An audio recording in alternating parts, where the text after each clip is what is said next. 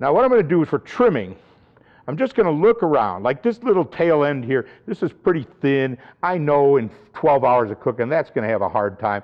That's going to get overcooked. I don't want that on there. That's fine. I'm going to trim this big layer of fat out of here. There's two muscles here. There's the flat muscle right here, this pretty one with a nice grain to it. Looks kind of like a flank steak. It's a whole lot tougher than a flank steak. It's going to have to cook a lot longer, but that's what it looks like to me. And underneath here is the point muscle. It goes in a little bit different direction, a lot more fat in the point muscle. My personal preference, this is delicious, the point muscle. You're going to see us separate it later in some cases, and in the Texas style, we're going to keep it together. You may want to choose to cook just the flat muscle. You'll see that in the case sometimes. It's a little bit more manageable. I realize this is intimidating to some folks, but I'm going to tell you, if you're going to cook a brisket, this is what you should start with. This is how you cook brisket. If you see something in the case about a 3-pound piece of a brisket, that's not a brisket. Don't try to cook it like barbecue. We need all this fat. We need this big hunk of meat because we need to cook it a long time to make it taste like real barbecue. So I'm going to trim some of the fat, though. In between these two muscles are a couple of big gobs of fat, and I got to get those out of there. Because like any other cooking, I want to make it as even cooking as possible. So as much as I can get it kind of flattened out. Obviously, this side is a whole lot thicker than this side. That's okay. We'll work with that. Nice slow cooking is going to make that work out. But I want to give it a chance. I don't need this kind of pieces of fat in there.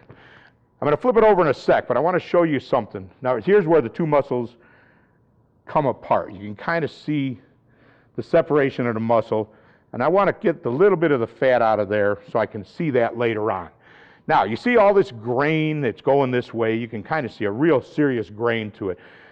When I go to slice it way down the road, I want to slice 100% against that grain, perfectly perpendicular to it.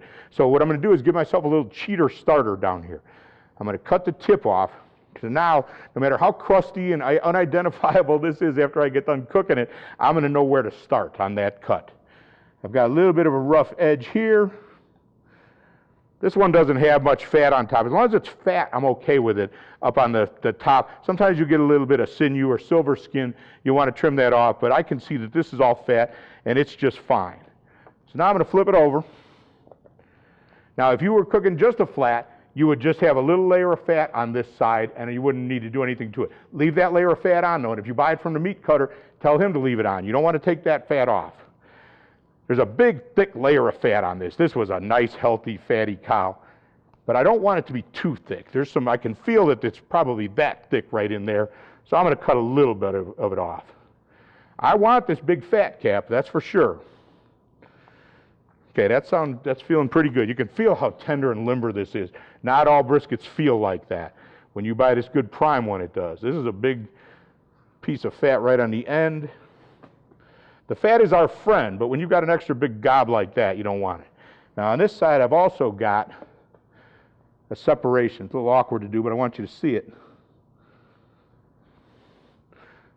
Again, this is where the two muscles come together, and I want to take some of the fat out of there.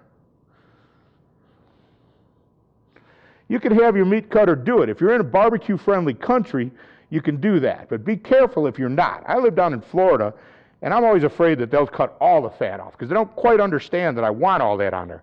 So be a little bit careful. That's it. That's all the trimming I'm going to do for now.